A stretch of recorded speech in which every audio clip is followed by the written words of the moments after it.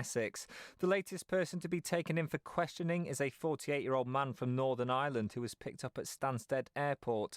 The Vietnamese embassy has been asked by families to find out if anyone from the country was among those who died.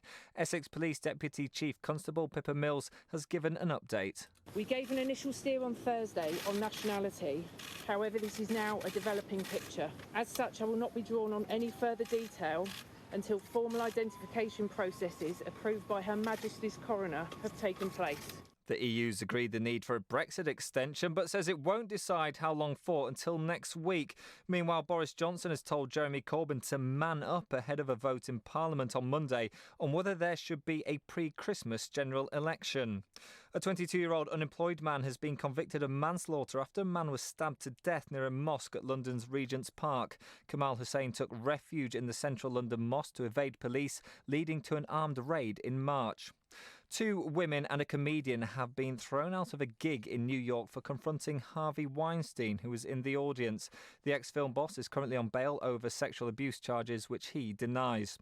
It's been a great first half for Leicester in the weekend's opening Premier League game. Ian Wilding is watching their match at Southampton. Unbelievably, it's 10-man Southampton 0, Leicester 5. A truly dreadful first half from Saints. Leicester different class. 2 goals from Perez and 1 each from Tielemans. Barnes and Vardy have done all the damage so far. Ryan Bertrand was sent off for an awful tackle for Southampton in the build-up to the first goal. Leicester moving up to second in some style. Half-time, Southampton 0, Leicester 5. And Kanye West has finally released his new album after it was hit by delays. It's heavily inspired by his Christian faith and has influences of gospel music. That's the latest. I'm Will Rowe. Love Sport Radio. On digital radio, online, mobile and smart speaker. This is the Millwall Fans Show. No one likes us! No one likes us! No one likes us! We don't care! We are Millwall! Super Millwall! We are Millwall from the dead! No one likes us! No one likes us! No one likes us! We don't care! We are Millwall! Super Millwall! We are Millwall from the dead! No one likes us! No one likes us! Good evening, it is Friday night, our Friday fan show special on Love Sport. I am Matt Beadle and I'm joined, I tell you what a show this is going to be tonight. It's all kicking off in here. It's the boys from Nolu talking.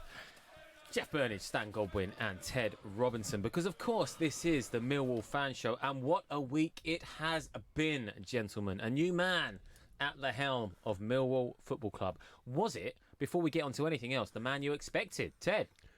I think he was actually the best out of the candidates that I see in the end that was sort of being lined up for it, what we was being told. I'm pleased that Adam Barrett's staying. He's still staying as first team coach, and they was looking for someone to come in, keeping the backroom staff as it was. I said that the other week, so I'm happy about that. Yeah, he fits the bill for me. He's a youngish manager who I think probably feels he's got a little something to prove, because it didn't go brilliant for him, funny enough, at Stoke. We just happened to be playing. Isn't it funny how the football world works out? Swings around, yeah. But he was doing pretty well at other clubs. Like, he was doing very well at Birmingham. They just decided to get rid of him and bring in Gianfranco Zola, and everybody was up in arms at Birmingham at the time. I remember that quite clearly, but it was new owners that decided that. So he's got a pretty decent CV. I like the way he's been talking this week. He seems to understand it. I know for a fact that he's been speaking to Neil Harris, because he made that quite clear on a TV show that he'd been talking to Neil. So, I think he fits the bill, and let's hope he does what I think he can do. Well, let's hope so. And you alluded to his record, which, to be fair, is pretty good. I think sometimes you're judged by your most recent record, which, of course, as you said, Ted, was at Stoke City. And Stan, listen, he wasn't given enough time at Stoke. 8 months, I think it was, before they kicked him out, but did incredibly well at Burton. He turned Birmingham's fortunes around. Derby, a pretty decent record. So you've got a manager who comes from good stock. No, that's right. I mean, because to me, when this first happened, the only sort of three, well, in my opinion, the only sort of three realistic names that was being bandied around, one was Chris Hughton, right? The other one was Aitor Karanka, right? And then the other one was, who we got now. So I've got no, when I found out that he's looked like he was going to get the job, well then, lovely jubbly for me. I mean, I was well happy with that. And and I think in his time at Stoke, I think he only out of 18 games, I think he lost 3.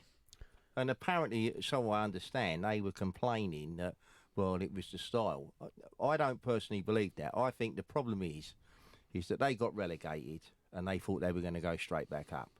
And it's never that easy, is it? It's never that easy. No, you're right. He won more games than he lost. Yeah, sure. But because of the situation where Stoke were in terms of coming down from the Premier League, they thought that, he should have taken them straight back up. Jeff? I'm pleased. Yeah? I'm pleased, yes. I'm very disappointed, as you all know, to see Neil go. It was important we got somebody that was at least as good, if not better, than Neil as a manager. And there were 1 or 2 candidates that did frighten me. Last time I was on, we were doing rhyming slang. Do you remember? I do remember I'm it very well. glad we didn't get Aitor Karanka. No, I think everyone's behind Gary Rowett. Mind you, a lot of fans were behind Holloway when he was appointed, weren't they? So no, that's right. Yeah, got to be a little bit sceptical, but no, I think he's a good choice, and I congratulate the club on that appointment. I congratulate most of all Gary Rowett. He probably doesn't even realise yet what a fantastic job he's taken on. So good luck, Gary. I mean, I tell you, I was reading something in the paper yesterday about Gary Rowett. Now, it turns out that when he was an apprentice, right, where was it? It was Cambridge, isn't it? Yes, it was Cambridge, yeah. He was actually, at a very early age, he decided he wanted to do coaching. That was going to be his, thing. And he went in and the guy that's... Gary Johnson was in charge at Cambridge at the time, and he went in and asked to do some training in the academy, and then a little while later on, right, and he wasn't even establishing any first team at that point. He also went to do it at Derby as well, right? So that tells me we've got somebody, and obviously he's a great studier of the game and whatever. Yes. And that's fine by me. That's fine. Absolutely. And he's made his professional debut against Millwall and all, scoring the winner down at the Old Den for Cambridge. Did he really? Yeah, and he said that he's never taken a throw-in so quick in his life. And he was brought on by John Beck. He scored a goal, and then Millwall nearly scored, and John Beck blamed him for it, evidently, and he was taken off the pitch. So they subbed the sub. But yeah, he was saying that as well. So he's had experience of Millwall fans by the sounds of it. So but I think he is going to be a good manager for Millwall. What I like as well about Gary Rowett is that he's quite personable, bit of a character as well. Yeah. We've seen his punditry that he's had on Sky Sports and various other channels as well. He seems like someone who can have a bit of a laugh, and I think sometimes that's important. And reading some of his quotes recently this week, he said, if I look bedraggled in the space of 2 months, if I've got no air left or something, good. It means I'm enjoying myself. We as a football club, Matt, what we need is a team out on the pitch. It might sound strange, but we can't cope with individuals. It's got to be a Millwall team. In other words, you bring all the players together. Gary Rowett, I think, is that type of manager, and that's why I think he suits us. Yeah, absolutely. And he's brought in his own number 2 in Callum Davidson. Of course, we know him from his time at Leicester and Blackburn, especially in the Premier League. But like you said, Jeff, he's kept guys. He's kept Adam Barrett there. He's kept some of the staff there, which is a good thing, because I think sometimes if you take, I don't know, David Moyes, for example, when he went into Manchester United, he ripped it all up. He got rid of all the staff, brought in his own men, and it was a disaster because those players were used to those members of staff. I'm not saying that you have to keep them there forever, but I do think there should be a slower transition. I think that Gary Rowett, while he was a pundit, I don't remember him slagging Millwall off, not even slightly. And when the news broke about Neil, he immediately said, "Oh, I know Neil, I speak to Neil, and he's done a very, very good job." So I think he was always interested in it. Look, I think we've said enough. He's a good appointment, and we're all hoping that he proves to be a very, very good appointment. That will be wonderful. Absolutely. Looking back at the games from the weekend that he was, of course, watching, fellas. First up, Brentford. We don't have to dwell on this one too much, but we have to be realistic. Move on. I mean, listen, getting more than one goal again in a game, huge. But to throw it away in the manner that it was thrown away was difficult to take, Ted. Yeah, and unfortunately, we have got a little bit of history of doing it, Matt. Last year, we done it at Norwich, give 2 goals away in the last in injury time to lose the game 4-3. And we've given a hell of a lot of goals away in the last 10 minutes of matches. Now, that says to me, forget about the manager, the players have got to look at themselves, because there's something not right there. If they can't see a game out, whether it's their match management or whatever you call it, I don't know. But hopefully Gary Rowett can get that through them. Because if you look at the last 2 games, we've given 5 goals away. You can't carry on in this division giving goals like that away and expecting to climb up the table. You've got to stop conceding first. That's, to me, the first place that you start. We found a goal scorer in Tom Bradshaw, which I always believed once he was fit, or after the horrific injury that he had, I was hoping and praying he'd get back to what I believed he could be. And he is a potent goal scorer. He doesn't need that many chances to score. Give him 1 or 2 chances, you're literally guaranteed a goal with a guy. And he gets all sorts of goals. So we've got a goal scorer. We've just now got to make sure we get the things right at the other end, which we have done in the past, and stop giving goals away. I mean, success under Neil was built on a good defence. We weren't the highest goal scorers, but we were good defensively. But at the moment, that seems to have gone. Mind you, we do get some late goals ourselves. It's not all one way, but the one we've all forgotten was Oxford. That's a League One team we were tuning up against with 3 minutes to go in the League Cup. Mind you, the winners of that played West Ham, didn't they? Yeah. So, you know... It would have been an interesting spectacle. But I tell you though, I was there last week when we was watching Brentford. I mean, and there's a football inside there superb. I mean, they very... Good. I mean, you see, we're giving away goals, and that's right. The reason we're giving that because they got the ball. We can't keep the ball. That's but Stan, their goals, their first goal, come from a throw-in. That's not keeping the Silva wasn't closed down on the edge of the area as well. But I accept that. But the point I'm making is, Ted, is that when they get the ball, right, you know, it's very hard to get it off them because they're passing through you. They're good at keeping the ball, and this is what if you keep giving the ball away all the time. That's and you're against teams like Brentford and the Leeds of this world, you're going to get punished. We were 2-0 up and we were celebrating because we hadn't played all that well to be 2-0 up. Sure, yeah. They'd missed a penalty, we'd scored a penalty, but that first goal back was a horrendous goal to concede from a throw-on. And when you concede a goal away from home to make it 2-1, you know, the writing's on the wall, particularly for us at the moment.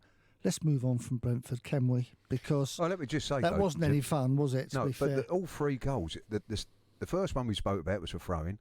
The second goal, although it was a fluke, the shot, they moved the ball from their own corner flag up to that area without anybody putting a tackle in. Yeah, but Stan, you as a defender, or you got to stop that. You know, and then what happened with the third goal? Disagree. The third goal went across the goal, come back again, and somebody tapped it in. It's terrible defending. I think that's right. Yeah. The interesting thing was the reaction of the Millwall fans. No one booed, no one complained. Right. We sat and stood there stunned at what we'd just seen. Do you agree? Oh, yeah. I mean, people went out of that ground. No one was talking. Everyone was stunned by what happened. Yeah. I couldn't believe what I'd just seen. But look, I just wonder whether Adam Barrett would have been given the job for a while if it had finished after 83 minutes. But I don't think anyone doubted after 94 minutes that we were going to get a new manager in. Yeah. I think that was a certainty from then on. Cardiff, what do you want to say about Cardiff, lads? Well, I mean, first and foremost, I think we've got to talk about a certain Tom Bradshaw because he is the first Millwall player in 28 seasons now to score in 4 consecutive league games in the second tier. When we talk about players who come back from injury, Ted, I mean, huge for him. I'm so pleased for the lad, Matt, because there's nothing worse in football, as we all know, than an injury like the one that Tom Bradshaw's had to fight his way back from. And I thought when we bought him, he was an ideal bloke to come into Millwall Football Club. I thought he was more than capable of being a goal scorer for us. And I was so disappointed for him. And it's no mean feat to come back all that way. And it takes a little bit of a while for you to get your confidence back, to be able to believe in yourself again. And I must admit, the guy's work rate now is matching his quality for me. I mean, somebody said to me the other night, who would you have, Lee Gregory or Tom Bradshaw?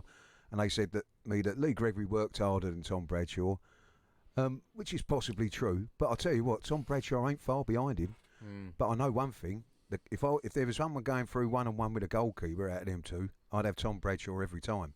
And now Lee Gregory go and score on Saturday 1-on-1 with our keeper. But no, I'm so pleased for him because there's nothing more satisfying in football than to see someone who comes back from a long-term injury be able to play again at the sort of level that he's capable of. So I'm over the moon for the guy. Yeah, somebody was telling me, I didn't see it, but somebody told me that old Steve Morrison gave an interview, and I think he said last season, before the injury, Morrison said he was the best finisher in the club, and he was on the bench every week, right? That's before he got his injury, right? And you think, well, what's all that about, right?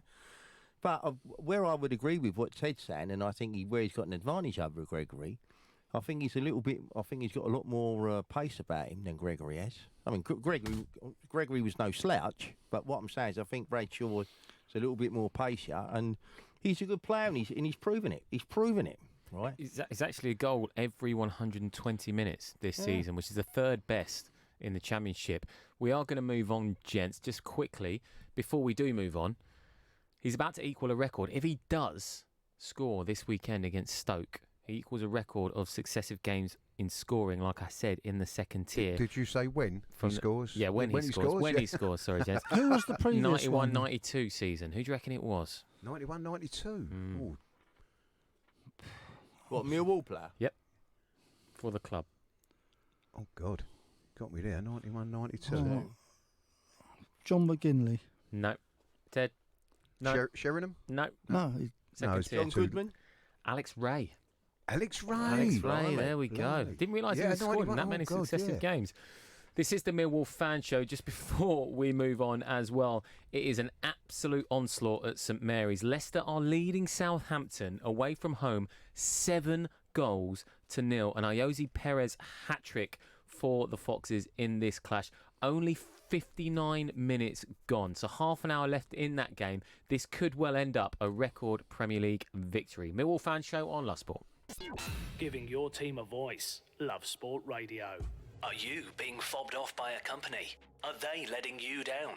And are your complaints falling on deaf ears? We can help you out.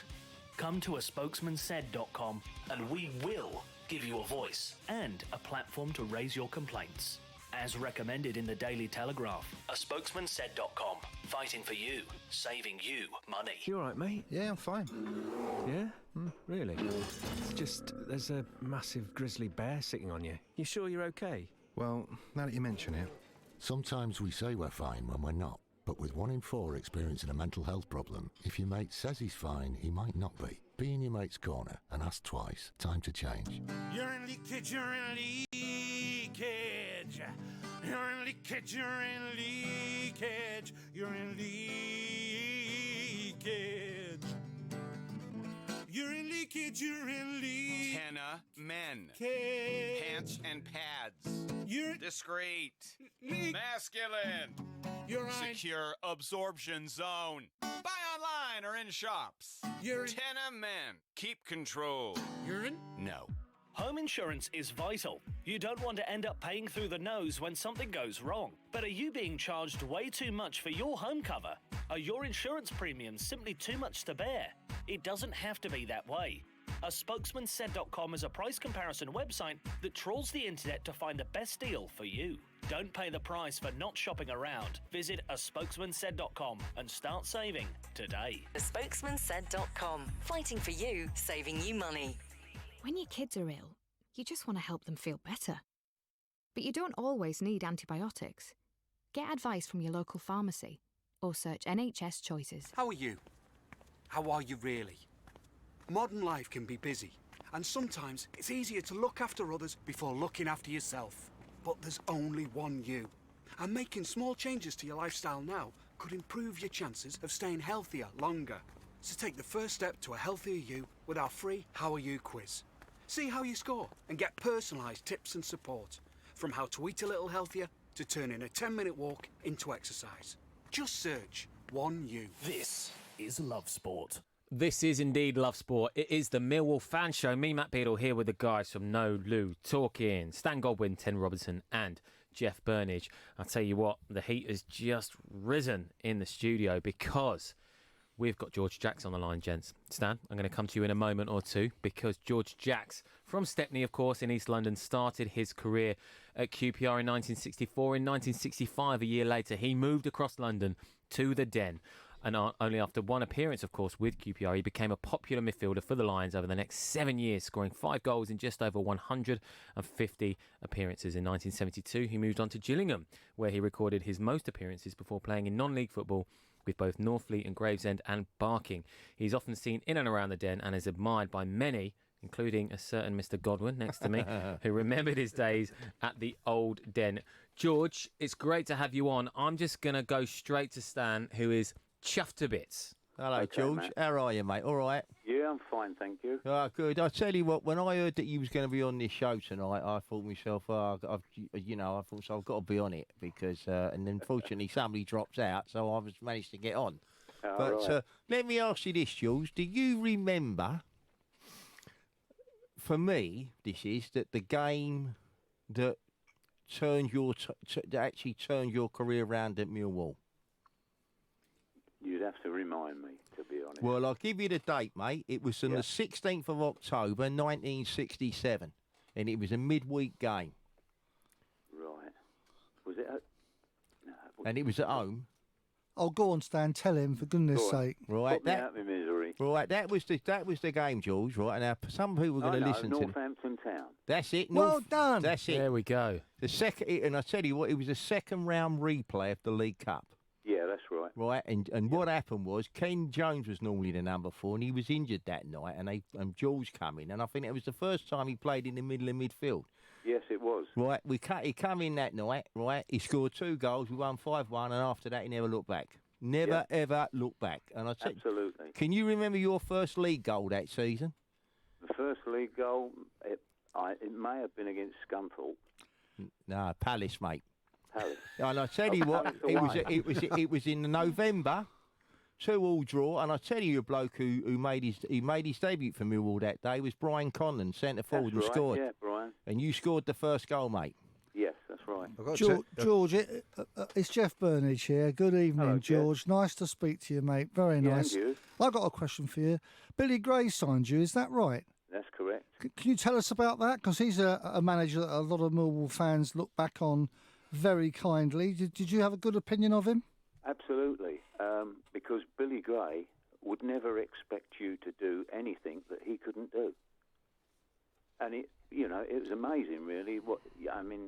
I went there in '65, and he showed us certain skills that he had, and if you couldn't live up to that, then he did. He berated you. He said, "If I can do it, you can do it." And I thought he was a good tactician as well, Billy. He did actually play, didn't he, as well for us? He was player manager to start with. George, I've got another question. You were playing in the famous 59 game league game at home, unbeaten run, weren't you? That 2.5 years. Right. The nearest we came to losing was against Scunthorpe at home. That's right. And you scored the equaliser. And I would like you to tell the audience whether it was left foot, right foot, or header. It was my middle leg. Exactly. There we go. See, I have got a twisted sort of memory, haven't I? Right. So how do they put that in the stats? I wonder. Can I just add to that last game that it was against Plymouth that we lost our unbeaten home record? I wasn't playing that day. There you go, I was George. watching from the stands. Well, it was only one sub, wasn't it, in those days, George? Yes, it was, yeah. Do you know what, George? It's funny because often when you speak to a lot of ex-footballers on these shows and you regale their career to them, like Stan has just done to yourself and Jeff has done as well, often they like, oh, do you know what? I can't really remember that. I love the fact that you remember you weren't playing in the game where the record was broken. Brilliant. But I tell you what, though, I mean, at that time, I mentioned the game against Crystal Palace. There was 30,000 in that ground that day, and it was unsegregated. I mean, you couldn't imagine it, though, could you? Unsegregated. Incredible. Hello, George. It's Ted here. Hello, Ted. I've got to tell you, George, at the beginning of this interview, I didn't know who George Jacks was. I thought he was in here with me. Old Stan was giving all your information out there, mate. But listen, I'm brilliant remembering that stat that you wasn't playing in the game that we lost. That's fantastic. But you was an anchor in the middle of the field there, George. Yeah. And you had a few decent players around you, didn't you? I did, yes. You played with dear old Kitch and Alan Dorney and whatever. Yeah. Keith Weller, Derek Posse. Must have been a fantastic feeling to be in a team like that, mate. It was. it was a real pleasure to play, and I can tell you that. When I met Derek at the last home game, Queen's Park Rangers game, we had a good old chat up in the stands there, and after 5 minutes, 10 minutes watching that game, we were saying to one another, you know, the 10 of QPR is running the show. They need to put someone on him. You should have gone down there and got on him, George, because you was good at that. I feel like jumping on his back. George, I think you have another page in history. Were you not Millwall's first ever substitute? Yes, I was. Wow. You see, Stan, you're not the only one that's got a memory. No, I never said But I was. It's so, yeah. amazing what I can remember from 1967, and I can't remember what I had for lunch this today, isn't it? That goes with the age. Do you know what, George, actually? I'd love to ask you on that. I believe Keith Peacock was the first ever substitute that was used. But when that was all happening, George, obviously there are developments in football as we know now. Of course, it went from 2 points to 3 points, etc., etc. But when those changes happened and substitutes came in and you were the first substitute, was it anything that players went, oh, crikey, this is a change, or did you just get on with it? Just got on with it. Really? Yeah, absolutely. You know, that was the change. It was just one substitute, and it's terrible if the substitute's gone on, then you get an injured player and you're down to 10 men, things like that. Especially on the pitches we played on years ago. George, it's lovely seeing you at the Den. I did see you briefly at that QPR game, but Derek, everyone wanted to talk to Derek, didn't they? Yeah, so that's I kept my distance. But I do know you're coming to the game tomorrow. I am, yeah. And you're bringing your grandchildren, who I did read. I did read. They don't actually believe you were a player. Is that any truth in that? Yeah, yes. I have to sit down and. I've showed them pictures now. They realise I did play for Millwall and Queen's Park Rangers and that. So they've taken it all in now, and I've got a granddaughter who's a very good player. Is she? How old is she? She's only 9. Yeah. Is she playing for a team? She's playing for a boys' side, and she is a year younger than them, all of them. And whereabouts do you live these days? I live in, do you know Maidstone area? Yeah. I live down that way. You're a Stepney boy, though, aren't you? Yes. Yeah. Yeah, East London Look, area. if you're at the Blue Bus tomorrow, I shall come over and I'll tell everyone within earshot that you were the best midfield player Millwall had in the 60s, and I'll keep quiet about Keith Weller. Well, what you don't realise, George, is your tickets for your grandchildren are right next to Stan, so they will make sure that they will know that you was a player by the time they get out of the ground tomorrow. George, it's been great having you on. Just a very quick couple more. I guess it'd be great to know what you make of the Lions so far this season. And also, you obviously played in that era in the 60s and 70s. Do you still keep in touch with some of the boys? My best friend was Kitch, and sadly it passed away. But Alan Dorney I see, not regular, but every now and again. But apart from that, no, I don't see anybody. I'd love to have done, kept in touch, but Derek's away in New Zealand. No, Vancouver he is. Yeah, Vancouver, yeah. And I just find that, once I'd left the Den, I did see a few players afterwards, but very few and far between now. It's a shame, really, because, you do like to see old faces. Well, I do anyway. Yeah, well, you can always see Stans tomorrow. That's fine. And a quick assessment of the boys this season, George. Well, briefly, I've watched them about 3 times this season, and I just feel that we lack something again when I played midfield area. I don't think that when the ball goes up front, anybody, from what I've seen, they're not making runs off the ball, which it'll take the pressure off the defence. Give them something to think about, not us worry about other teams. That's it, yeah. No, I agree. Nice. George, it's been nothing but a pleasure. Thank you so much for coming on the show. Well, thanks for having us. See you tomorrow, George. See you, George. I'll see you tomorrow, and wish you all a good and healthy time ahead anyway. Lovely. Right, cheers, George. Oh, and you, mate. Okay. That was George Jacks. How you doing with that, Stan? You all right, mate? Yeah, brilliant, brilliant. I tell you, brilliant. He was some player. He was. He was probably, if you remember at the time, coming into the game, people started to sort of man-mark players. And George, if we was playing someone, I remember him once doing it with Rodney Marsh at QPR. Yeah. They put George Jacks on it, and I'll tell you what, he was the best I ever see at doing that sort of job or role in a football team. Oh. Whoever George Jacks went against, they never got the better of him. No, that's right. He always got the better of him. I mean, that's right. I mean, you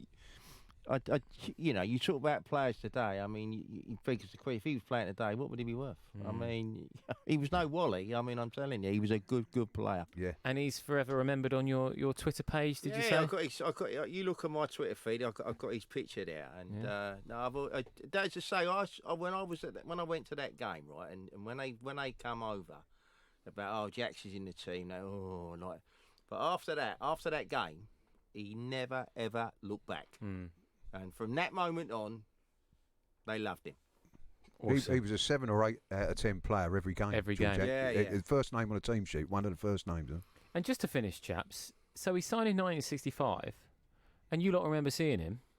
And what are you fellas? Like, what are we looking at? Me, I'm 66. Well, oh, crikey. I was looking out my pram, but I was there. I see him, you know. Yeah. This is the Millwall Fan Show on Love Sport.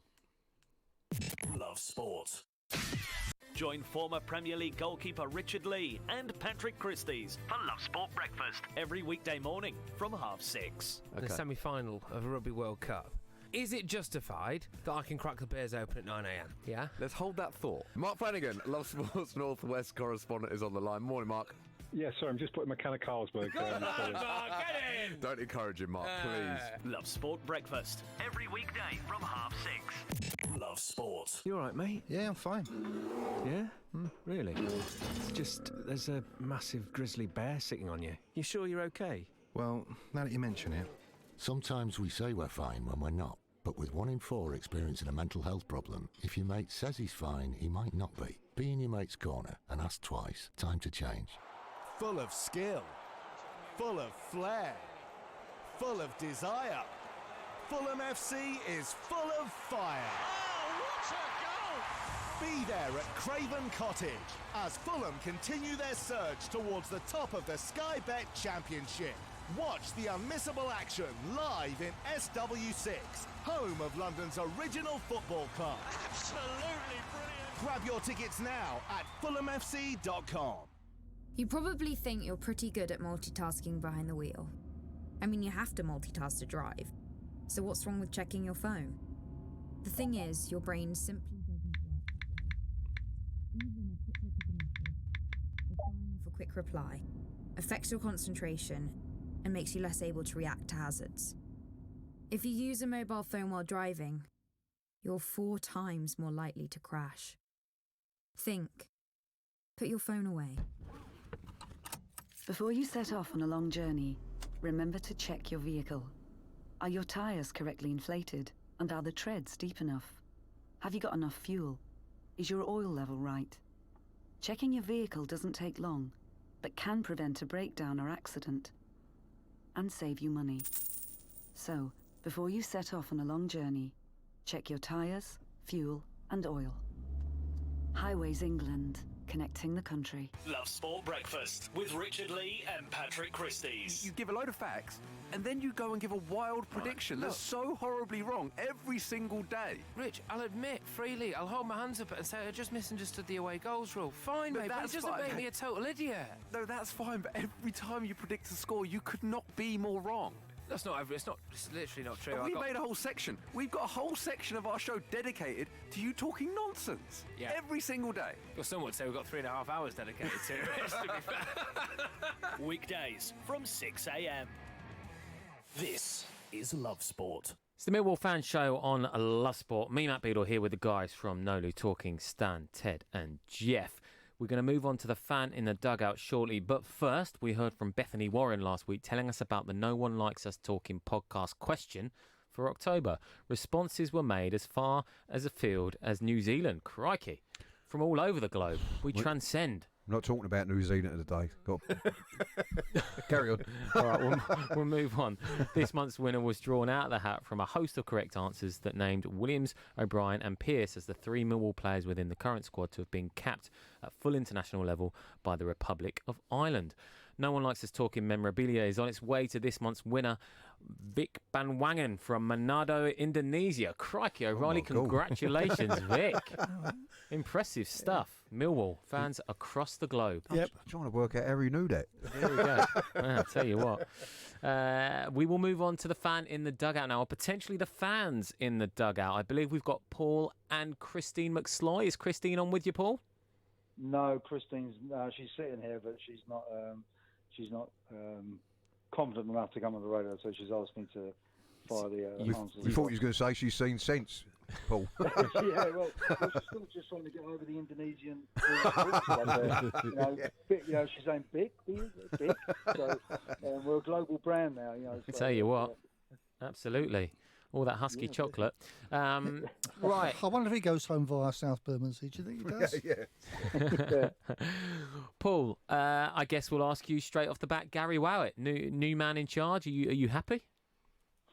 Do you know what? I think for those who are available, yeah. I've done a little bit of reading up on him, and I know he's got a bit of a defensive style, but I think he's got enough tactical knowledge to change and adapt to during games, which maybe Neil never had. Just seeing some of the stuff he did at Burton and Derby and Birmingham. I know he blew up a bit at Stoke, but everybody else is blowing up at Stoke, so obviously there's deeper problems there. And I'm quite happy with that. I weren't truly interested in the others that were muted: Roy Keane, Steve Morris, and Gareth Ainsworth. But no, definitely, I'm quite well. I'm not. Unfortunately, I'm not going to the game tomorrow.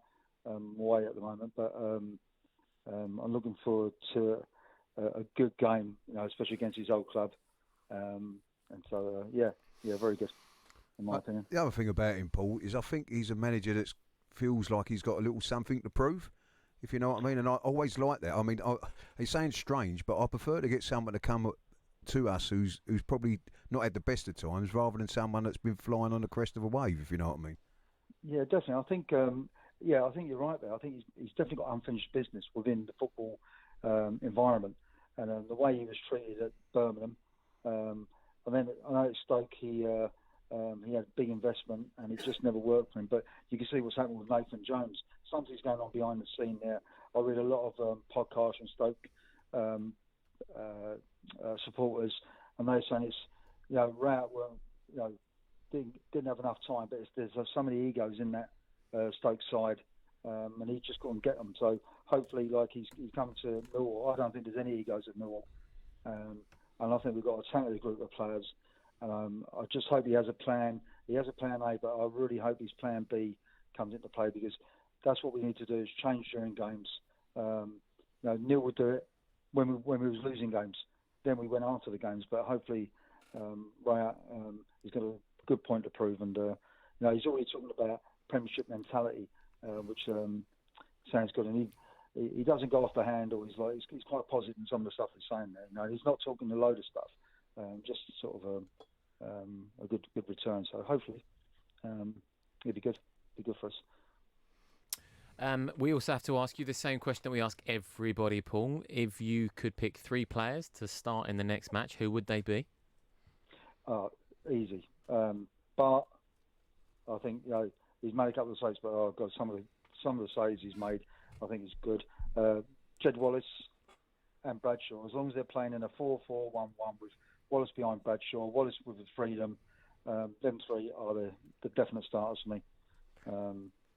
Mate, he's made the most saves in the Championship this season, actually. Bielkowski, 45 saves, the most, more than any other keeper. And you know what? And the disappointing thing with that is, we always set up as a defensive team, let everybody have the possession, and that's what happens. You let another team have the possession. You ain't got the ball, you're not going to score. We've got I think we've got the lowest possession in the Championship. And the only one game we've had the better possession was against Cardiff, and Cardiff have got the second lowest possession in the Championship, and I think they're a poor side. And so hopefully now that Rowett changed that, he can see that. That's just basics. Don't let them have the ball. And when you let them have the ball for 70% of the time, you're going to get punished. And so,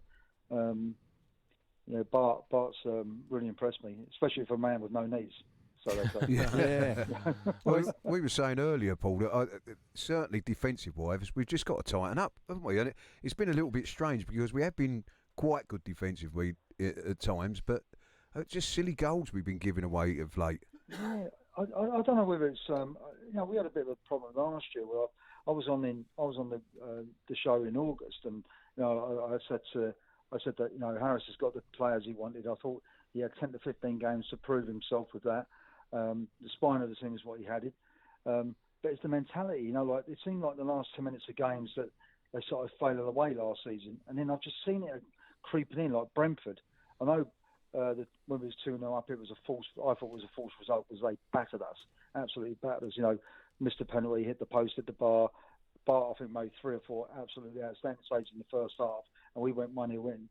But then we just fell apart in the last 10 minutes. And even against Cardiff, there, I just see some lack of. I don't know if they're. I'm trying. They can't be tired. They can't be tired. We're only just getting into the season, but. There just seems to be a lack of concentration. I actually honestly believe it's the tactics.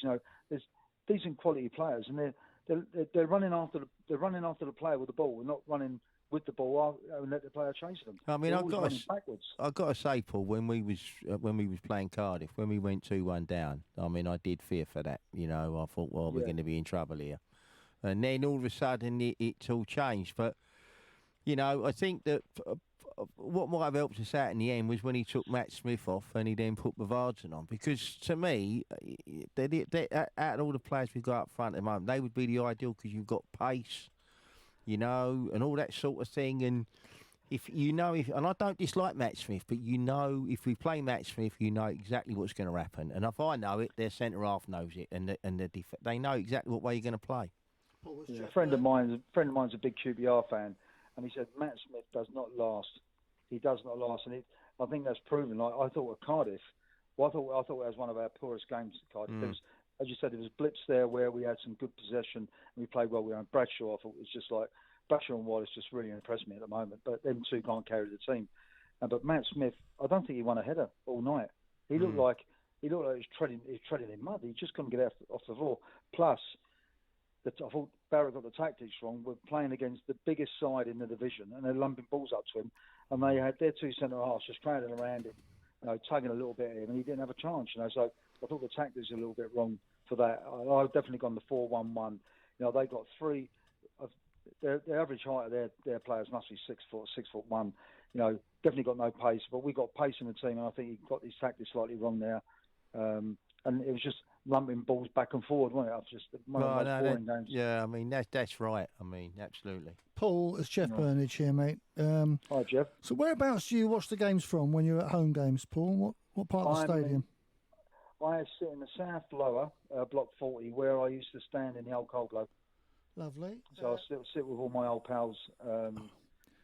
It's amazing how that happened when we moved ground. People went to the area that was the equivalent part of the ground to where they were before. I don't think it's survived completely since then. But you were saying you'd like to see us set up with 4-4-1-1. Obviously, Bradshaw's one. Who would you personally partner with Tom Bradshaw? I would have my team. Like if we saw my team for Saturday, would be Bart in goal, would be Romeo, Hutchinson, Cooper, and Ferguson left back. I'd have Mahoney, I'd have Thompson, Balumbi, I'd have Wallace and Bradshaw. I'd have Wallace directly behind Bradshaw. Thompson will be in the midfield. I can't remember who I'd put right midfield, but definitely put Wallace behind Bradshaw and let them two just run at them. Now, I don't see the big man up front. It's so predictable now. You get the diagonal ball from Cooper. I don't see it against Cardiff. They just charged after him. He went diagonal, tried to do the diagonal ball, and people would just find us out. We're too predictable. So when you put Wallace and Bradshaw, and then Thompson coming from that midfield as well, Wallace. I think you remember the first season we won in the Championship, and I remember the first game we played against Nottingham Forest. I think we had 22 shots a goal, and that was all created from Wallace. Wallace would pop up right back, left back, centre midfield. He would just dart about wherever he needed to go. They couldn't control it. And I could see that, if we give him that little bit of freedom, he temporised, said, get players running back. Get them running back. If they're running back, they're not running towards our goal. And that's the way I would do it. Absolutely, Definitely. Paul. It has been great having you on, boss. Thank you very much for coming on tonight. All right, mate, no problem. Cheers, Paul. That was our fan in the dugout, Paul McSloy. We're going to move on to the Millwall Legend of the Week, but we're going to do that after this on the Millwall Fan Show on Love Sport. Love Sport Radio, the station giving fans a voice. Join me, Ewan Thomas, on Love Sport Weekend Breakfast this Saturday, bringing you unmissable, unofficial coverage of England versus New Zealand. Plus, there's a massive weekend of football too, all here on Love Sport. That's Love Sport Weekend Breakfast this Saturday from 8. Love Sport. Get ready for Brexit on the 31st of October. This means that travelling to the EU will change. You'll need to check online if your passport is valid for travel to Europe. If you're planning on driving, you'll need to check if you have the right documents to drive. And make sure your travel insurance covers all your healthcare needs. To keep your trip on track, check what you need to do at gov.uk/Brexit. Get ready for Brexit on the 31st of October. Hi, I'm Barry. I'm a retired school bursar from Chingford. I thought I was paying too much for my energy and went onto a spokesmansaid.com and found that I could reduce my costs overall by £568 per annum, and I'm very grateful for that help. With a spokesmansaid.com. Fighting for you, saving you money. If you see somebody showing any of the signs of a stroke, you don't have to think about it, you just dial 999. Use the FAST test. F. Face. Has their face fallen on one side? Can they smile? A. Arms. Can they raise both arms and keep them there? S. Speech. Is their speech slurred? T. Time. Time to call 999 if you see any one of these signs.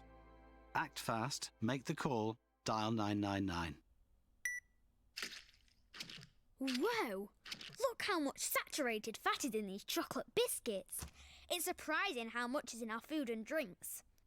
For us kids, eating too much saturated fat can lead to harmful fat building up inside, which we can't see, increasing the risk of heart disease or stroke when we get older. So be food smart. Download the free Change for Life food scanner app and start making healthier choices today. Love Sport. This is the Millwall Fan Show on Love Sport. Myself, Matt Beadle, here with the guys from Nolu Talkin. Right, we are going to look ahead to the game with Stoke City next. But first, Millwall Lionesses were involved in an 11-goal game against Watford under-18s at Rotherhithe in a cup tie which ended 10-1 to the Lionesses. Lionesses boss Colin Reid described the game as a great team performance with 5 goals in each half. This Sunday, the Lionesses are back in league action when they face Lawford Ladies again at Rotherhithe with a 2 p.m. kickoff. And don't forget, of course, all fans attending those games this season will have free entrance. So please come along to watch a team that is certainly firing on all cylinders, Jeff. Yeah, I've been going to the games, and as everyone knows, we have been dropped 4 levels. It's very important for everyone to know that these girls, a lot of them are Millwall fans, a lot of them really wanted to come and play for the club at this lower level. It's going well, but we need to get promoted for sure to go up a division in one go. A lot of home games coming up, 2 o'clock Sunday afternoon at St Paul's in Rotherhithe.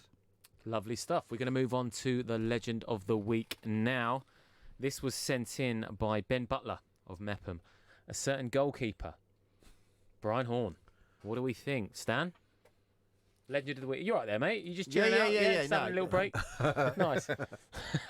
He's spoken to his legend, and that was George. Yeah, he's done now. He's tapped out. He can't get any higher now. Legend of the Week, Stan. Sent in by Ben Butler. Yeah. Brian Horn. Yeah, well, yeah, I can understand that.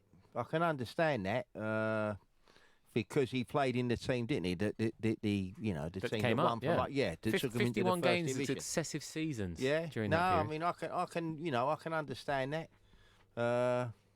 Because the thing about it, when you look at him, I mean, in terms of goalkeepers, in height wise, he was little. I mean, today He was little and portly. Yeah, I mean, but no, I've seen him and he was a good goalkeeper, and because I was surprised because I thought you was going to say somebody else when you said Brian, but No, I can Who do you understand. think I was going to say? thought you was when you heard you say Brian, I thought you were going to talk about Brian King. That's who I thought you was going to I think we've done him, haven't we? Well, I think we have, yeah. Yeah, but no, I mean, I've got no argument with that. I can fully understand why somebody would make that judgment. I loved him, Matt. I love Brian Horne. Did you? 5'10", 5'10.5". He was only portly after he finished playing. It wasn't portly. Yeah, no, while sorry. he was playing. That wasn't, I wasn't having a dig. I was just saying, but no, he was slightly. I mean, a lot of goalkeepers at that time. That was very short for a goalkeeper. But I'll tell you two things. One is he played those 2 or 3 seasons virtually unchanged in what was the most successful Millwall team ever. So that is worth something. But he was the bravest goalkeeper we've ever had. And I think being 5'10", 5'10.5", he had to be something special because he wasn't going to be the tallest or anything. He had a massive kick on him, but bravery. He put his face in people's boots over and over again. And I mean, everyone remembers him for one particular penalty save. Ted, do you know that one? That's right. Yeah. Well, which one was that? You say brave, Jeff, but a lot of people might say stupid. But I mean, as I know, Brian. Well, were you at Bournemouth that night? Bournemouth that night, yeah, for the penalty save. As I know his dad very well. Yeah. And I know Brian.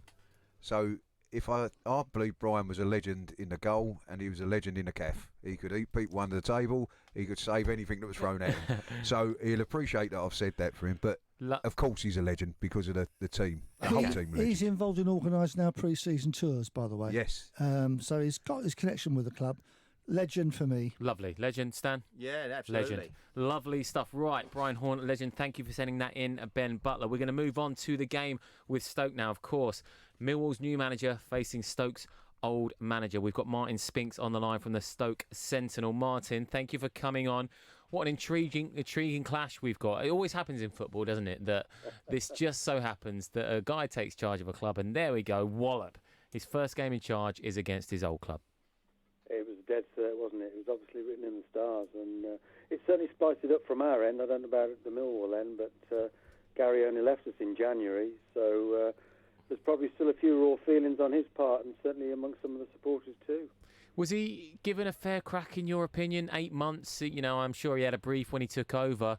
We were talking about it earlier. In terms of his percentage of winning games, that wasn't particularly high. However, he did win more than he lost. And when you look at that on paper, you think that maybe it was a bit harsh to let him go.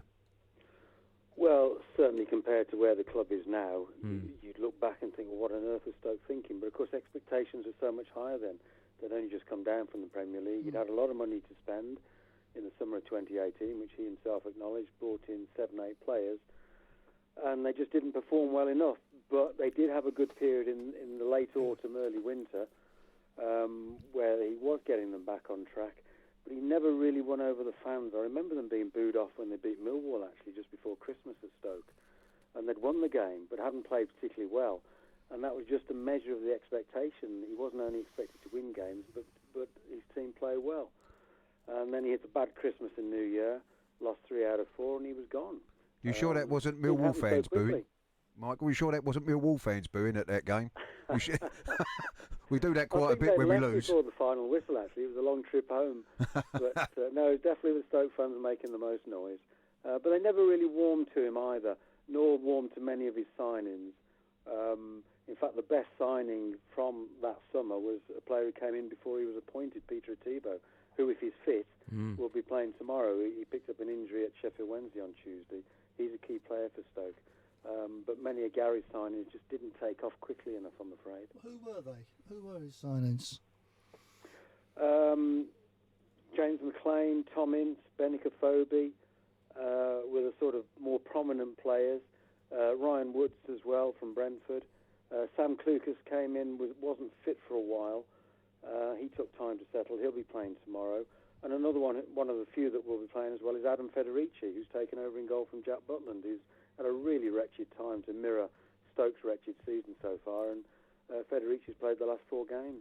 Martin, can I quickly ask you about that? We haven't got a whole lot of time left, but that goalkeeper situation, we know that the deal with Jack Butland, and of course he's struggling for form at the moment, but the fact that Adam Davies came in from Barnsley, he was arguably the goalkeeper of League One last season. He decided to move to Stoke, but Federici has trumped him, and Adam Davies has found himself now as a number 3 goalkeeper.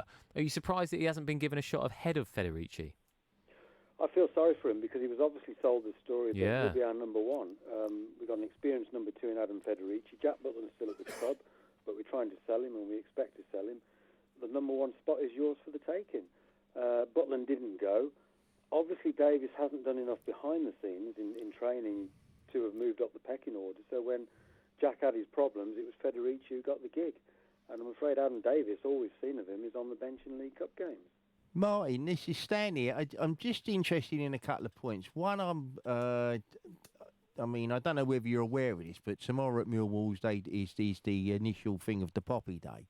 And the reason I mention that is because you've got a certain player in your team who, as you know, won't wear a pop in his shirt. Now, that ain't going to go down too well with our people to start off with, and it doesn't go down too well with a lot of people. But all I'm hoping is, assuming the guy is playing, right, when they start doing the bit that they do, the bugle and the last post, and if he's standing there with a football playing keep me uppy, they're going to kill him. I hope he behaves himself tomorrow for his own benefit, right? The other thing is, what do you make of Lee Gregory? Well, the competition isn't hot, but he's arguably been Stoke's best player this season. That's not to say he's been brilliant. He's been solid. He's got a couple of goals. But he's one of the few players who's endeared himself to the fans because he works so hard. I'm sure I'm not telling you anything you don't know. He's a real team player. He'll work the channels. He'll come short. He'll go over the top. The criticism has been that he's had chances he hasn't stuck away. He should really have, all things being even, he should have 5 or 6 goals to his name instead of 2. But that aside, his general play, certainly compared to other players, has been pretty good. They've got 4 strikers to pick from, and he's the only one who's really established himself as a regular this season. So a big thumbs up from us to Lee Gregory. Martin, it's been great having you on the show. Thank you very much for joining us this evening. Pleasure. See you tomorrow. That was Martin Spinks from the Stoke Sentinel. Gents, before you go, quick predictions. Ted, I'm going to start with you. I just got this feeling Lee Gregory's going to score, so I'll go 2-1. 2-1. Nice. Yep, that's your 2. I was going to say, you want 2-1 to Millwall, right? 2-1 to Millwall, yeah, of course. Yeah. Well, my twin grandchildren are coming aged 13 weeks, so I'm hoping for a win. I'm going to go 2-0. Lovely story. And Stan? Yeah, I'll go for a Millwall win tomorrow. Lee Gregory may or may not score, but, providing we win, I don't personally care whether he scores or not. As long as we win the game. I hope they get a penalty. I hope he get a penalty and he misses because he don't get enough down here. Lovely stuff. Millwall Fan Show on Love Sport. We'll see you next time. This is Love Sport. I love my brother. We do fun things like playing together. I like having hugs with